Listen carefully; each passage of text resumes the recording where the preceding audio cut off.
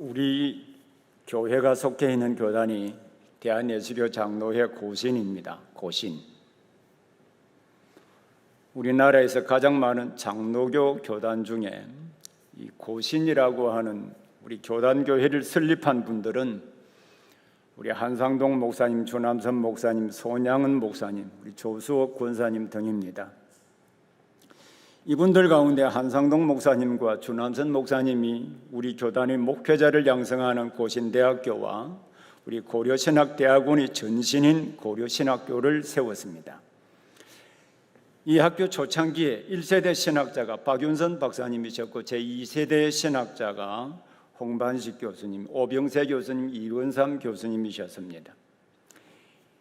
이 2세대 신학자 세 분을 가리켜서 오랫동안 우리 교단 교회에서 동방박사라고, 그 당시에 박사 학위를 받은 사람이 매우 희귀했던 시대에 이 동방박사라고 이 세 분을 가리켜 불렀습니다. 이 세 분 다 저의 스승이기도 합니다. 지금은 우리가 다 함께 소망하고 있는 성도의 본향에서 쉬고 또 우리와 만날 날을 기다리고 계실 것입니다. 이 세 분 가운데 이근삼 박사님이 화란의 자유대학교에서 일본의 신사참배에 대해 박사학위 논문을 쓰셨습니다. 그 논문에 일본이 3.1운동 이후에 기독교를 심하고도 교활하게 핍박하기 시작하면서 우리 신사참배를 교회에 강요할 때 한상동 주남선 목사님, 손양은 주기철 목사님 등과 한국교회 성도들이 감옥에 갇혀서 숱한 고난을 받았음에도 불구하고 이겨낼 수 있었던 힘이 무엇인가? 그 힘의 원천을 그 논문 맨 마지막 부분에 쓰고 있습니다. 그 힘의 원천이 무엇일까요? 이근삼 박사님 논문의 결론 부분 앞장에 보면 그 숱한 고문 가운데서도 이겨낼 수 있던 원천과 힘은 성도의 궁극적인 소망인 하늘 본향을 바라보았기 때문이다라고 썼습니다. 우리는 히브리서 11장 1절을 우리 함께 연구하면서 히브리서 저자가 믿음에 대해서 정의를 하기를 믿음은 바라는 것들의 실상이요 보이지 않는 것들의 증거니라고 정의한 내용을 여러 차례 설명한 바가 있습니다. 여기에 믿음의 네 가지 특징이 나타나고 있다고 했죠. 믿음은 바라는 것, 그리고 보이지 않습니다. 그리고 실상, 증거라고 했는데 믿음은 우리가 바라고 소망하는 것입니다. 그러나 믿음은 보이지 않습니다. 우리가 바라고 소망하는 것은 언제 어떻게 이루실 것인지를 몰라서 갈등하고 때로는 시험에 빠지기도 합니다. 그러나 실상, 믿음의 특징 가운데 하나인 실상은 하나님께서 우리가 믿을 수 있는 근거를 주시는 것이고, 증거는 하나님께서 우리를 그 말씀을 믿어질 수 있도록 이해시키고 설득해 주시는 하나님의 은혜라고 했습니다. 하나님의 설득 방법도 설명한 적이 있는데 다시 한번 더 확인해 보면 좋겠습니다. 하나님이 어떻게 설득하실까요? 히브리서 2장 3절 4절 말씀을 보기를 바랍니다. 히브리서 앞에 2장 3절 4절 말씀.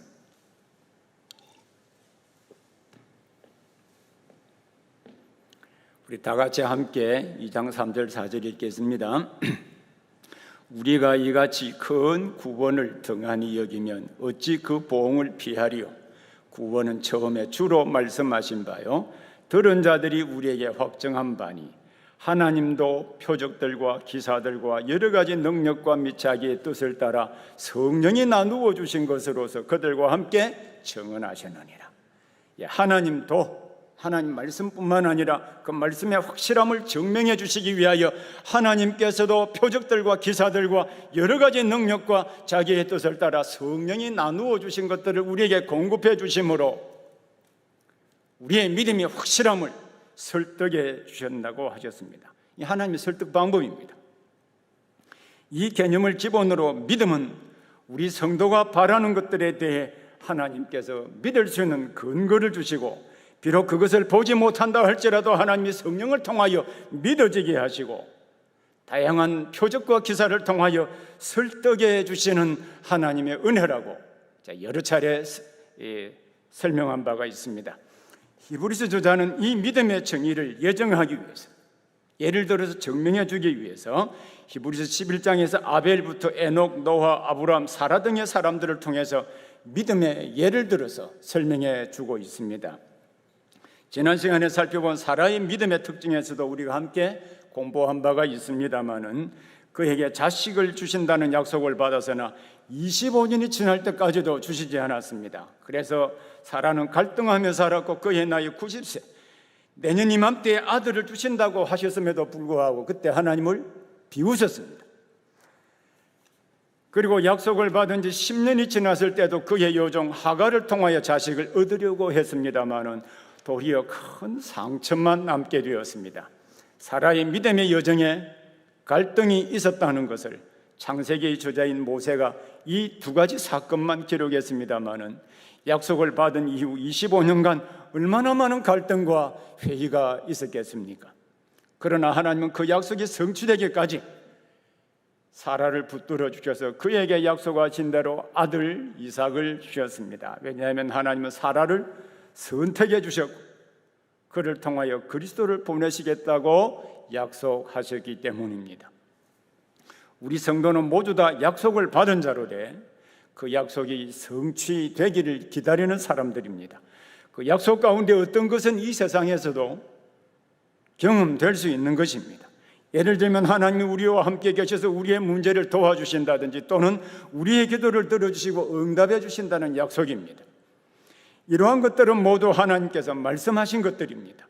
우리는 이 세상에 살면서 하나님께서 말씀하신 것이 성취됨으로 말미암아 부분적으로 경험하며 삽니다. 이러한 것들은 믿음 생활에 즐거움을 줄 뿐만 아니라 아직 이루어지지 않았던 약속들까지도 믿을 수 있는 근거를 제공해 주시기도 합니다. 그러나 하나님이 약속하시는 완전한 하나님의 나라, 각종 근심과 고통이 없고 질병이 없고 우리를 아프게 만드는 갈등이 없는 나라는 우리 주님이 재림하실 때 이루어집니다. 그런데 여러분은 그 나라를 소망하며 살고 있지요. 근데 그 나라를 보신 적이 있습니까? 그 나라가 보입니까? 보이지 않습니다. 그러면 그 나라가 있는지 우리가 어떻게 알 수 있습니까? 오늘 우리가 함께 연구할 믿음의 특징은 우리 믿음의 조상들이 멀리서 바라보았던 나라, 우리 믿음의 최종 목적지인 완전한 하나님 나라에 대한 것입니다. 우리가 주일마다 주기도문을 암송하면서 나라가 임하옵시며 라고 반복적으로 기도합니다. 나라가 임하옵시며 라고 하는 이 기도는 그리스도가 오심으로 시작된 그 나라, 그리스도가 재림하심으로 완성될 나라가 이 땅에 임하기를 원합니다라는 기도 내용입니다. 혹시 이 의미를 알고 주기도문을 하셨는지요? 이 나라를 가리켜서 본향이라고 했고 하나님이 예비하신 성이라고 했습니다. 이 성을 성이라고 번역했습니다만 헬라어로는 폴리스, 도시입니다. 도시. 우리는 이 세상에 살면서 세상의 바쁜 일들로 말미암아 이 나라를 잊어버리고 살 때가 많이 있습니다. 마치 이 세상이 전부인 것처럼 생각하고 세상에 안주하려고 합니다. 하지만 세상은 우리가 완전한 하나님 나라로 가는 한 과정일 뿐입니다. 이 세상에 지금 100세 시대라고 합니다만은 아무리 오래 살아도 100세 이상은 살지 못합니다. 이 세상에 사는 이 100세가 전부라고 한다면 오늘 이 자리에 앉아서 신앙생활하는 의미는 어디에 있겠습니까?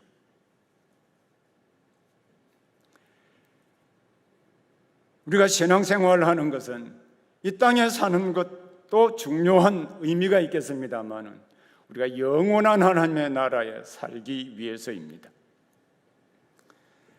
그렇다고 해서 이 세상의 생활이 아무런 의미가 없다고 하는 말은 결코 아닙니다. 우리가 이 세상에서 어떻게 살았느냐 하는 문제가 그 완전한 하나님의 나라를 들어가느냐 들어가지 못하느냐 하는 문제를 결정하기 때문입니다. 오늘 설교의 주제는 우리 믿음의 조상들이 본향을 바라보며 사는 일이 때로는 나그네와 같은 삶이기는 해도 우리 믿음의 조상들과 함께 하셨던 그 하나님께서 우리의 하나님이 되셔서 그 복된 나라에 이르게 하신다는 것입니다. 이 주제를 중심으로 첫 번째로는 바로 우리 믿음의 조상들이 가졌던 믿음의 특징 두 가지가 무엇인지, 믿음의 특징 두 가지를 살펴보겠고요. 두 번째로는 그 믿음의 결과가 무엇인지 함께 살펴보도록 하겠습니다. 자, 우리 첫 번째로는 우리 믿음의 조상들이 가졌던 믿음의 특징 두 가지를 먼저 살펴보겠습니다. 첫 번째 특징은 약속이 성취되지 않았음에도 불구하고 멀리서 보고 환영했다는 것입니다.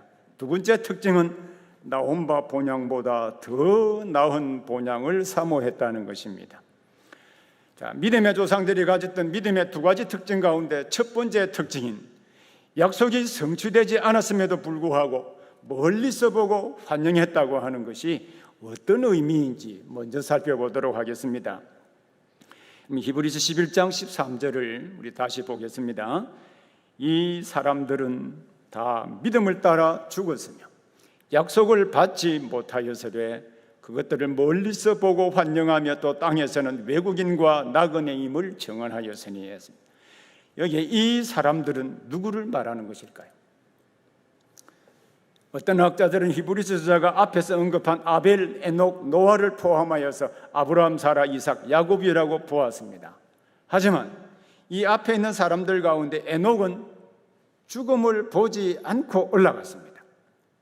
그러면 이 본문에서 이 사람들은 다 믿음을 따라 죽었으며 라고 하는 이 말씀과 비교해 본다면 조화가 될 수가 없습니다.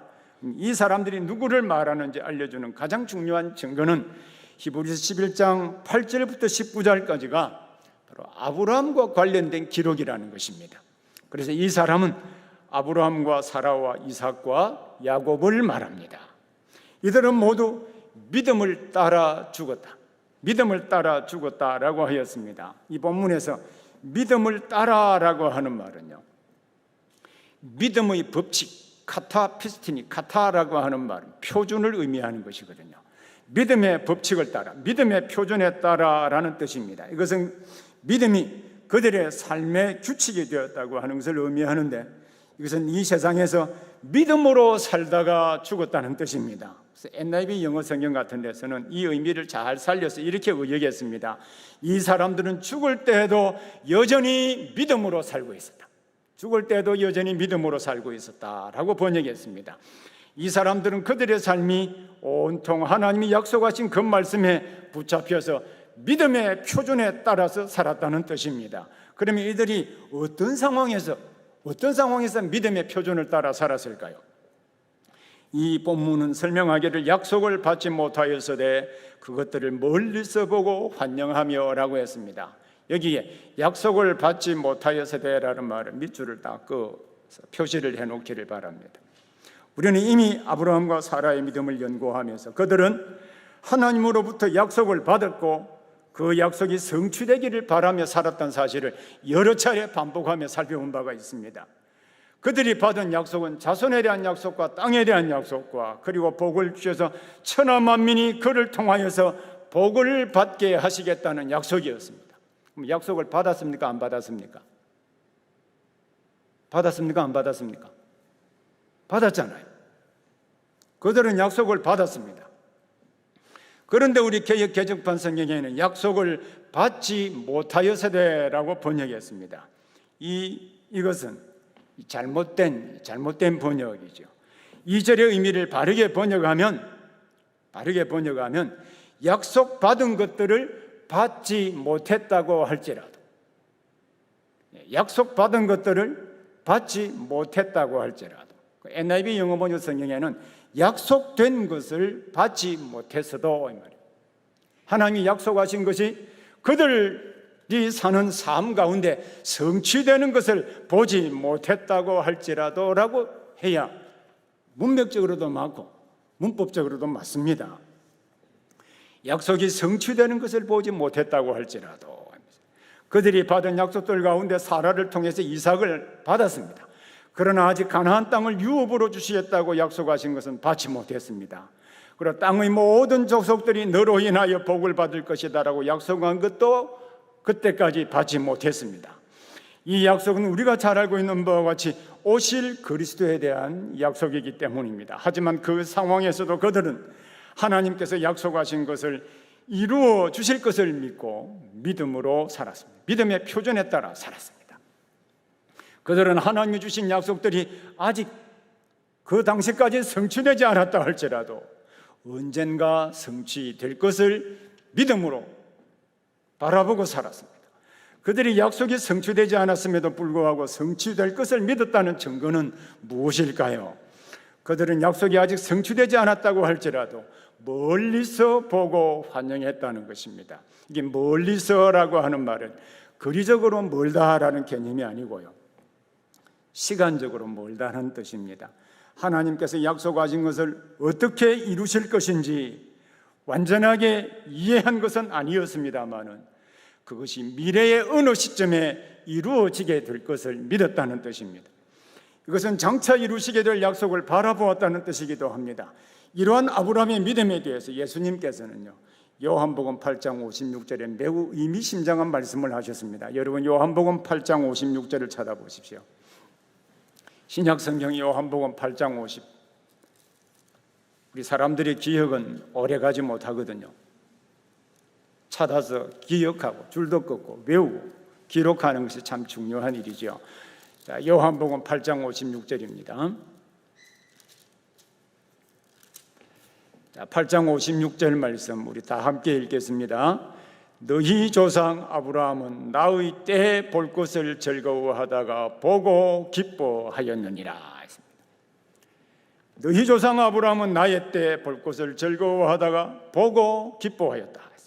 이 말씀에서 예수님께서는 아브라함이 무엇을 바라보고 기뻐하였는지를 설명해 주고 있죠. 예수님은 아브라함이 나의 때를 바라보고 즐거워하였다고 했었는데, 여기에 나의 때는 예수님이 육신의 몸을 입으시고 세상에 오시는 때와 연관이 되어 있습니다. 그래서 아브라함이 나의 때에 볼 것을 즐거워하였다라고 하는 말씀은 장차 예수 그리스도께서 이루시는 그 구원의 때를 바라보고 즐거워하였다는 뜻입니다. 이러한 예수님의 설명에서도 볼 수 있는 것처럼 믿음의 조상들은 하나님께서 약속하신 것이 그 당시까지 성취되지 않았음에도 불구하고 하나님이 때가 되면 이루실 것을 알고 기뻐하며 살았다는 뜻입니다. 자, 그리고 믿음의 조상들이 가졌던 믿음의 두 가지 특징 가운데 두 번째 특징인 그들이 이 세상에서 외국인과 나그네로 인식하고 더 나은 본향을 사모한 믿음이 어떤 것인지 우리 함께 보도록 하겠습니다. 자, 히브리 11장 13절 하반절에 보면 또 땅에서는, 또라고 했으니까 다른 약속이겠죠. 또 땅에서는 외국인과 나그네로라 증언하였으니라고 했습니다. 여기 증언하다라고 하면 헬라어 말로 호모레고라는 말인데요, 인식하다, 인정하다, 신앙을 고백하다라는 뜻입니다. 그들은 이 세상에서 외국인이고 나그네로 인식하며 살았다는 뜻입니다. 이러한 표현은 바로 야곱이 애굽의 바로 왕 앞에서 자신의 인생 여정을 설명할 때도 이 표현을 쓴 바가 있습니다. 창세기 47장 9절을 보면요, 야곱이 바로에게 아뢰되 내 나그네 길의 세월이 130년이이다. 내 나이가 얼마 못되니 우리 조상의 나그네 길의 연조에 미치지 못하니 험악한 세월을 보냈나이다 라고 했습니다. 다윗 역시도 이 세상에 사는 삶을 가리켜서 나그네 길이라고 부었습니다. 역대상 29장 15절에 보면 우리는 우리 조상들과 같이 주님 앞에서 이방 나그네와 거류민들이라. 세상에 있는 날이 그림자 같아서 희망이 없나이다 라고 말했습니다.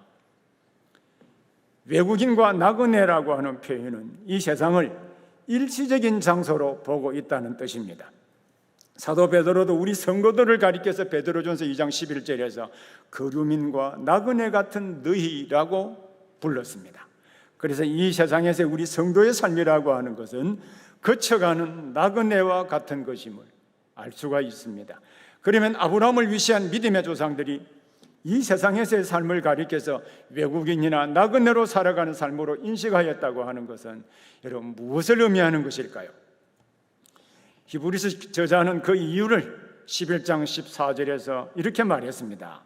그들이 이같이 말하는 것은 이 땅에 살면서 외국인이요 나그네로 살았다라고 말하는 이것은 자기들이 본향 찾는 자임을 나타냅니다. 이 세상이 본향이 아니고 영원한 본향이 따로 예비되어 있는데 그 본향을 찾는 한 방식이라는 것입니다. 그들이 이 세상에서의 삶을 외국인이나 나그네로 이해한 것은 세상이 전부가 아니라고 보았기 때문입니다. 믿음의 조상들이 세상에서의 삶을 외국인이나 나그네 길로 이해했다고 해서 이 세상에서의 삶을 중요하게 생각하지 않았던 것은 절대로 아닙니다.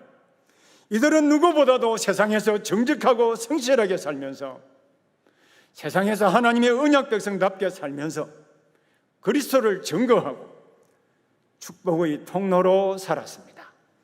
그럼 창세기 18장 17절 18절 말씀은 함께 찾아보면 좋겠습니다.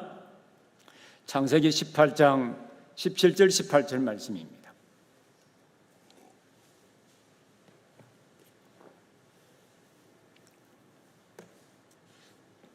자, 창세기 18장 17절 18절 말씀 우리 함께 읽겠습니다.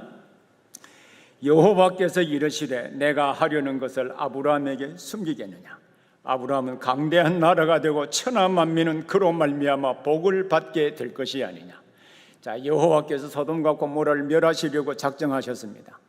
이것을 아브라함에게 숨길 수 있겠느냐? 숨기지 않겠다는 뜻이죠. 왜냐하면 아브라함은 강대한 나라가 되고 천하 만민은 그로 말미암아 복을 받게 될 것이 아니냐. 천하 만민이 그를 통하여 구원을 얻고 복을 받게 되고 새로운 사회를 건설하게 될 것이라는 뜻입니다. 하나님이 말씀하신 대로 아브라함은 하나님이 소돔과 고모라를 심판하실 계획을 말해주자 그 성을 위해서 간절하게 기도한 바가 있습니다. 하나님이 그 성을 벌하실 때 이 아브라함의 기도를 들으시고 롯과 그의 딸들을 구원해 내셨습니다. 자, 이러한 점들을 볼 때 세상에서 그들이 외국인과 나그네로 살았다는 것은 세상에서 주인의식도 없고 책임의식도 없이 살았다는 것을 말하는 것이 결코 아니라는 것을 이해할 필요가 있습니다. 그들이 세상에서 외국인과 나그네로 살았다라고 하는 것은 세상적인 가치와 세상에서의 삶이 전부가 아니라 언젠가 본향으로 돌아갈 것을 늘 염두에 두며 살았다는 뜻입니다. 자, 그러면 그들이 나온 바 본향보다 더 나은 바 본향을 하늘에 있는 것이다. 하늘에 있는 것이다 라고 했는데 그 의미는 무엇일까요? 히브리서 11장 15절 16절에서 그들이 멀리서 보고 기뻐한 본향이 무엇인지 좀 더 구체적으로 설명합니다. 그들이 나온 바 본향을 생각하였더라면 돌아갈 기회가 있었으리니와 그들이 이제는 더 나은 본향을 사모하니 곧 하늘에 있는 것이라. 이러므로 하나님이 그들의 하나님이라 일컬음 받으심을 부끄러워하지 아니하시고 그들을 위하여 한 성을 예비하셨느니라. 자, 여기서 그들이 사모한 본향이 어떤 곳인지를 보여주기 위해서 반대적인 의미를 먼저 설명하고 있습니다. 그 반대적인 개념이 무엇입니까? 그들이 나온 바 본향을 생각하였더라면 돌아갈 기회가 있었을 것이라고 했습니다. 그들이 나온 바 본향은 어디입니까? 그들이 나온 바 본향은 그들이 하나님으로부터 부르심을 받았던 갈대아 우르 땅을 말합니다. 사실 당시의 문화적인 상황으로 볼 때 가나안 땅은 그들이 원래 살았던 갈대아 우르보다도 훨씬 더 낙후되고 못한 땅이었습니다. 우리가 성경의 외적인 자료를 통해서도 알고 있는 바와 같이 갈대아 우르는 당시 문명의 발상지 가운데 하나였던 메소포타미아였습니다. 그것도 유프라테스 강과 티그리스 강이 합쳐지는 곳에서 멀리 떨어져 있지 않는 그 당시 메소포타미아 지역에서 가장 발달된 문화를 구현해 내었던 곳이 갈대아 우르입니다. 만약에 이들이 바라보았던 본향이 이 갈대아 우르였다면 얼마든지 돌아갈 기회가 있었습니다. 아브라함이 부르심으로부터 야곱이 죽을 때까지 기간이 거의 200년입니다. 이 기간 동안 그들이 돌아가려고 했다면 얼마든지 돌아갈 기회가 있었습니다. 그래서 이들이 돌아가기를 원했던 본향은 원래의 갈대아 우르가 아니라 그들이 원래 부름을 받았던 갈대아 우르가 아니라 다른 세계인 것을 알 수 있습니다. 그들이 원래 살았던 갈대아 우르보다도 더 나은 본향을 사모했는데 곧 하늘에 있는 것이라고 했습니다. 이는 바로 오실 그리스도 안에 이루실 그 완전한 하나님의 나라를 사모했다는 뜻입니다. 이것이 아브라함과 사라와 이삭과 야곱의 본향이고 이 자리에 앉아있는 우리 모든 성도들의 본향이기도 합니다. 두 번째로 우리 믿음의 조상들이 이 믿음에 대해 하나님은 그들에게 어떤 믿음의 결과를 주셨는지, 하나님은 어떤 믿음의 결과를 주셨는지를 함께 살펴보겠습니다. 하나님은 약속이 성취되지 않았음에도 불구하고 성취될 줄을 믿었을 뿐만 아니라 땅에서 이방인과 나그네로 살면서 하늘 본향을 사모하는 믿음을 가진 조상들에게 하나님은 어떤 결과를 주셨을까요? 11장 6절을 한번 다시 보기를 바랍니다. 그들이 이제는 더 나은 본향을 사모하니 곧 하늘에 있는 것이라. 이러므로 하나님이 그들의 하나님이라 일컬음 받으심을 부끄러워하지 아니하시고 그들을 위하여 한 성을 예비하셨느니라. 여기에 이러므로 하나님은 하셨죠. 이게 이러므로라고 하는 말씀을 주목해 볼 필요가 있습니다. 이러므로 헬라어 말로 디오라는 말인데요, 논리적 추론의 결과를 지적하는 접속사이기도 합니다. 아브라함을 위시한 믿음의 조상들은 하나님의 약속이 다 성취가 되지 않았다고 할지라도 이 땅에 살면서 외국인과 나그네로 살았을 때 바로 하나님은 그들에게 두 가지 복을 주셨습니다. 하나는 하나님이 그들의 하나님이라 일컬음 받기를 부끄러워하지 않으셨다라는 것이고요, 또 하나는 그들을 위하여 한 성을 예비해 주셨다는 것입니다. 자, 첫 번째 복인 하나님이 그들의 하나님이 되신다는 말이 함의하고 있는 것은 무엇일까요? 구약 성경에 그들의 하나님이 되리라 라고 하는 표현이 처음 나오는 것은 아브라함과 하나님이 언약을 맺을 때, 창세기 17장 8절에 보면 하나님이 아브라함과 언약을 맺었을 때 내가 너와 내 후손에게 내가 그리워하는 이 땅 곧 가나안 땅을 주어 영원한 기업이 되게 하고 나는 그들의 하나님이 되리라. 언약을 맺으시고 기업을 주실 뿐만 아니라 나는 그들의 하나님이 되리라고 하셨습니다. 그리고 그들의 하나님이 되신다고 하는 것이 어떤 의미가 있는지를 보여주는 내용이 성경에 많이 있습니다만은 그 중에 출애굽기 29장 45절 46절 말씀 한번 찾아보기를 바랍니다. 출애굽기 29장 45절 46절입니다.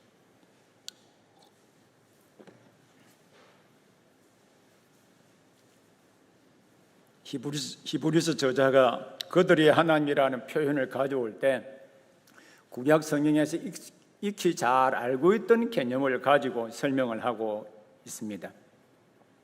자, 출애굽기 29장 45절 46절 말씀 함께 읽겠습니다. 내가 이스라엘 중에 거하여 그들의 하나님이 되리니 그들은 내가 그들의 하나님 여호와로서 그들 중에 거하려고 그들을 애굽 땅에서 인도하여 낸 줄을 알리라. 나는 그들의 하나님 여호와이니라. 그들의 하나님 여호와라는 표현이 이 본문에서만 3번 나옵니다. 그죠? 그들은 내가 그들의 하나님 여호와로서 그들 중에 거하려고 했습니다. 하나님이 그들의 하나님 되신다는 말은 그들 가운데 거하면서 그들과 교제하며 그들을 통하여 하나님의 작정과 계획을 이루어 가시기 위해서라는 뜻입니다. 하나님이 그들의 하나님이 되신다는 것은 그들 가운데 거하여 교제하시며 항상 그들을 지키시고 보호하시며 인도하시겠다는 뜻입니다. 이 말씀대로 하나님은 아브라함과 사라와 그의 아들 이삭과 야곱과 늘 함께 하시며 그들의 산업에 복을 주실 뿐만 아니라 삶의 위기에 처할 때마다 그들의 하나님이 되어주셔서 싸워주셨습니다. 여러분에게 하나님은 어떤 분이십니까? 여러분의 하나님으로 여러분과 교제하시며 여러분의 삶과 여러분의 길을 인도하시는 분으로 믿고 있습니까? 하나님이 우리 하나님이 되신다는 것은 우리와 늘 동행하며 우리의 삶을 지키시고 인도해 가신다는 뜻입니다. 이 세상뿐만 아니라 영원히 우리 하나님이 되신다는 뜻입니다. 구약 성경에 자주 나타나는 표현 가운데 하나가 나는 아브라함과 이삭과 야곱의 하나님이다. 나는 아브라함과 이삭과 야곱의 하나님이다라는 말입니다. 히브리어 성경에는 동사가 없는 비동사문입니다. 구약 성경에서 특히 비동사문은 진리를 말할 때 비동사문을 쓰는데 헬라어에서는 이것을 현재 존재 동사이며 상태 동사인 에이미라는 동사를 썼습니다. 현재형으로 썼다는 말입니다. 만약에 아브라함과 이삭과 야곱이 죽었다면 나는 한때 아브라함의 하나님이었고 이삭의 하나님이었다라고 해야 맞습니다. 하나님이 우리 하나님이 되신다는 것은 이 세상에서만 우리의 하나님 되시는 것이 아니라 영원토록 우리의 하나님이 되시고 그 나라에 들어가서도 우리의 하나님이 되셔서 우리와 교제하시고 영원히 함께 사신다는 뜻입니다. 그리고 믿음의 조상들은 하나님의 약속이 다 성취되지 않았다 할지라도 이 땅에 살면서 외국인과 나그네로 살았을 때 하나님은 그들에게 주신 두 번째 복은 하나님이 그들을 위하여 한 성을 예비해 주셨다는 것입니다. 이 성은 완전한 하나님의 나라입니다. 새 예루살렘이라고 말하기도 합니다. 세상에 속한 나라가 아니라 하늘에 있는 나라가 아브라함과 사라와 이삭과 야곱의 본향이요 우리 모든 성도들의 본향이기도 합니다. 이것이 우리 성도가 항상 바라보아야 할 믿음의 목적지입니다. 믿음의 조상 아브라함과 사라와 이삭과 야곱이 멀리서 바라보고 환영한 것은 바로 이 나라입니다. 이 나라는 어떤 곳일까요? 영원토록 하나님과 교제하며 사는 곳입니다. 이 나라가 얼마나 좋은 곳인지 요한계시록 20장 21장에 자세히 묘사하고 있습니다만 요한계시록 21장 우리 3절 4절 말씀 함께 보겠습니다. 요한계시록 21장 3절 4절입니다.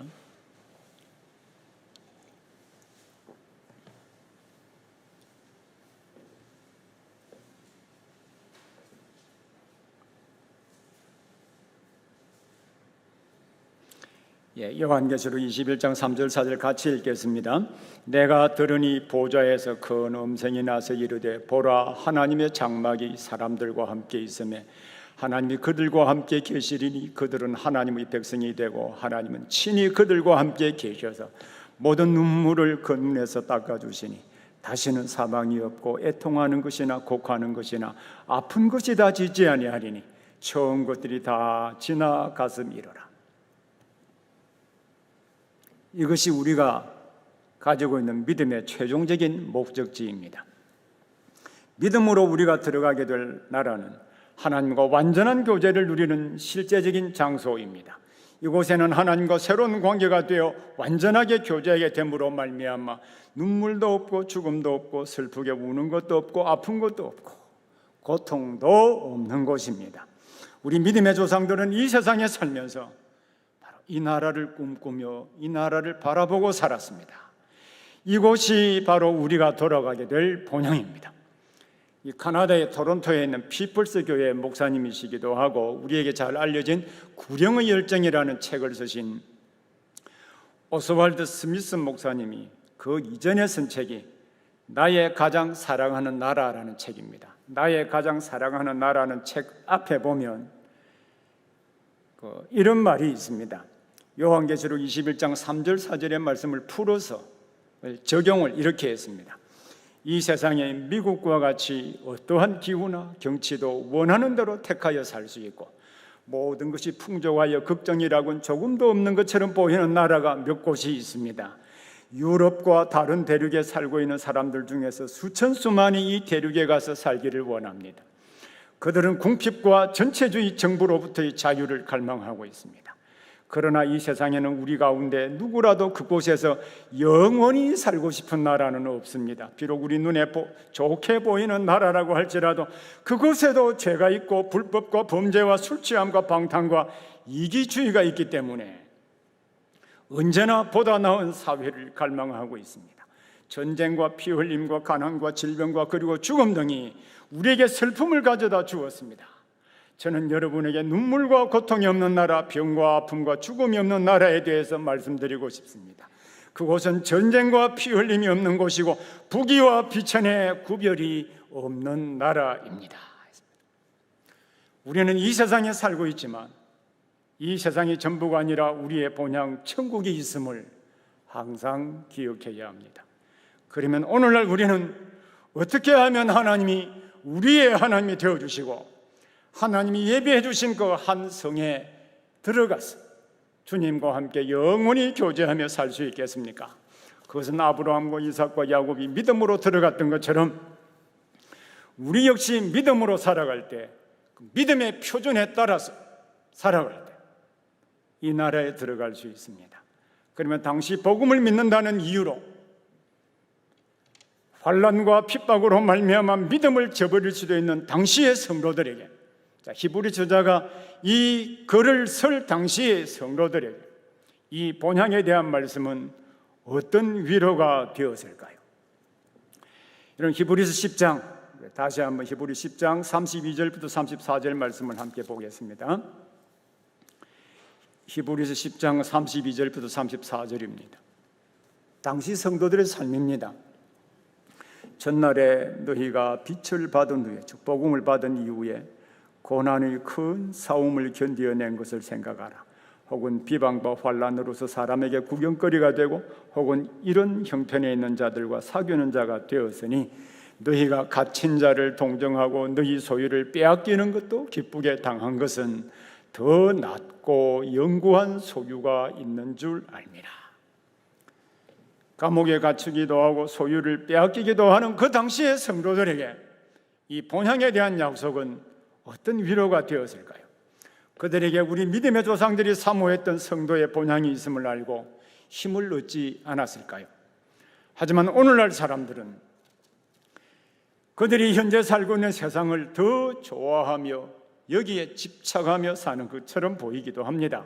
교회에서도 완전한 하나님 나라에 대한 내용을 설교의 주제가 되지 않은 지 이미 오래되었습니다. 그래서 교회 밖의 사람이나 교회 안의 사람이나 구별됨이 없이 현실적으로 우리는 이 나라를 우리 갈망하지 않아요. 외국인과 나그네로 살려고 하지 않습니다. 세상의 쾌락에 빠져서 세상에서의 부귀와 명예와 행복을 얻는 것에 그것이 생의 전부인 목표인 것처럼 살고 있습니다. 믿음의 조상들은 이 본향을 바라보았기 때문에 이 세상의 삶을 영원히 거주할 터전으로 이해하지 않고 단지 거쳐가는 나그네의 길로 이해했던 것입니다. 우리 성도들은 이 본향을 목표로 삼고 살아가는 사람들이기 때문에 우리는 이 나라를 소망하고 있는 사람들이기 때문에 이 세상에서 우리가 받은 모든 은혜를 우리 자신뿐만 아니라 하나님의 나라와 이웃과 사회를 위하여 헌신하고 봉사하며 살게 되어 있는 것입니다. 이것이 본향을 사모하는 자의 삶의 방식이기 때문입니다. 이 본향을 사모하며 사는 사람은 세상과 구별되는 삶을 살 수밖에 없습니다. 아브라함이나 이삭과 야곱이 믿음의 규칙에 따라 살아갔던 것처럼 하나님의 말씀의 지배를 받으며 살게 되는 것입니다.